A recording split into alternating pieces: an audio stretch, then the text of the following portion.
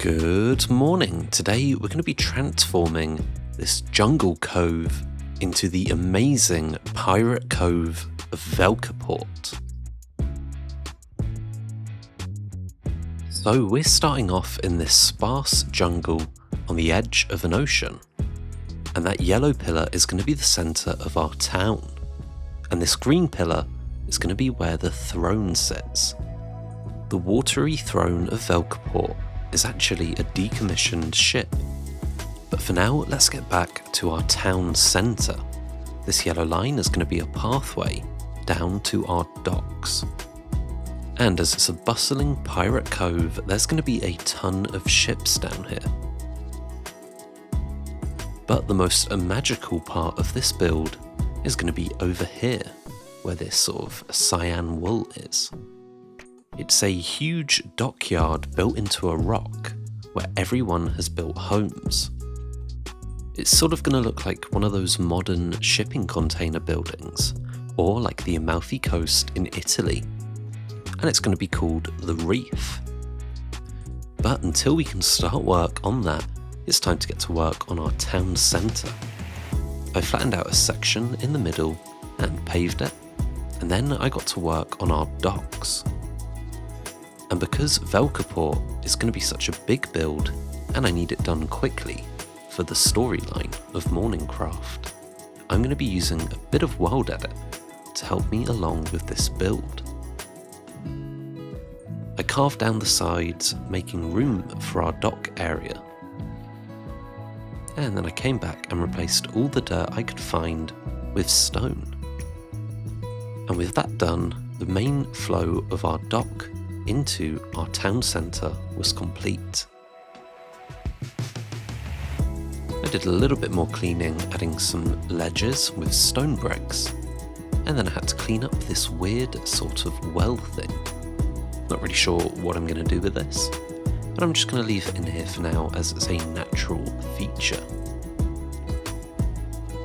But as the rain began to pour, it was time to finish off our plans for the town centre. I used World Edit to lay out a bunch of wool sort of guidelines for our upcoming buildings, and you can see I went for all different shapes and sizes. And with the plans put in place for the town centre, I thought it was about time to put some plans in place for the reef. I want this building to feel overgrown, like every single addition and extension has just been sort of tacked onto the side. It's supposed to be sort of a gap between two large rocks, but it's so overgrown that you can't even tell it's rock anymore. And so I laid out a bunch of wool to build up a rough structure for this. And then I got to work on placing Velkiport's largest ship, the Valkyria Sovereign, inside of these two rock faces. And I learnt very quickly that there was no chance of the Valkyria Sovereign fitting between these two rock faces. But before I got back to the arduous task of expanding the reef, I put some seawalls in place using some stone. I'll come back later and make these look amazing using a brush and a bunch of mossy cobble, but I did add a little bay for the watery throne. The watery throne is built using the first ship of the Great Lander Stone. But you can see me here using a brush to build out a bunch of cobble and mossy cobble along the edge of our seawall, and then smoothing it to have a real rugged effect. This did end up taking a bit of a chunk out of the terrain, but I sort of like how it ended up.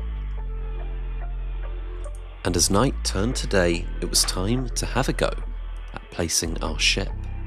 You can see each time I paste it in, it leaves behind this huge trail of water, and I have to wait for it to dissipate.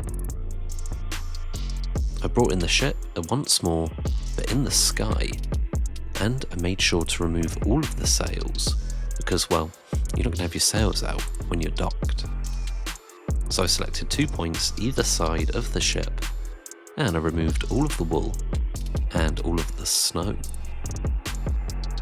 And there we have it, the Valkyria Sovereign, ready to be placed within the reef. But there was no chance that we were getting that giant ship into this tiny wool structure. And so I came back with a bit of world edit, and I expanded out the reef.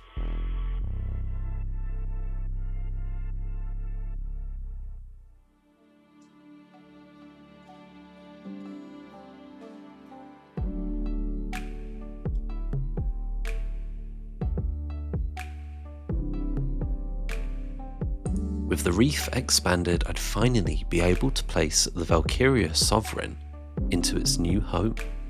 Just had to get the positioning right. Let's try that.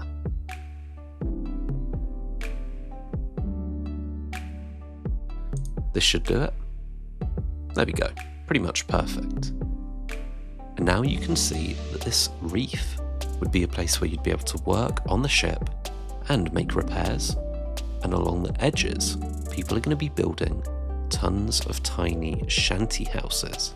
I'm going to be using a very tropical style for the buildings in Velkiport, something I've done similarly in the city of Mornington and on the hilltops of the Thaldrim Vale. This sort of build style is going to be the continental symbol for trade and commerce all around the continent of Verelda. And so here we have it, a bunch of planning has been completed, and as the sun sets, ooh, pretty cool shadows, hey? Let's get to work on laying out a little bit more structure to our town centre. I'm going for a very, very bright colour palette. And after placing my first building, I came back and I did a few more in varying colours.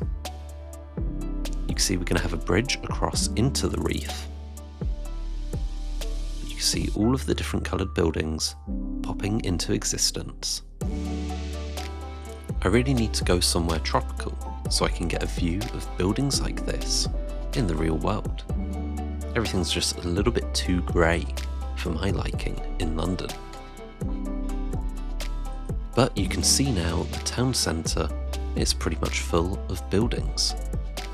And so before we end the episode, let's get to work on a little bit of detailing on the reef.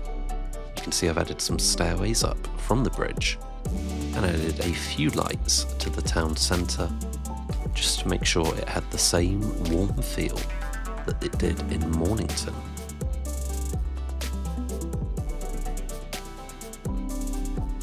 Perfect.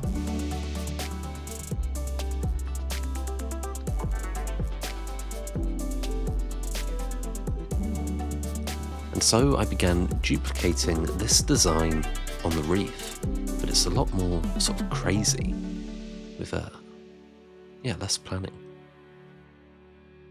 See you next time, Space Cowboy.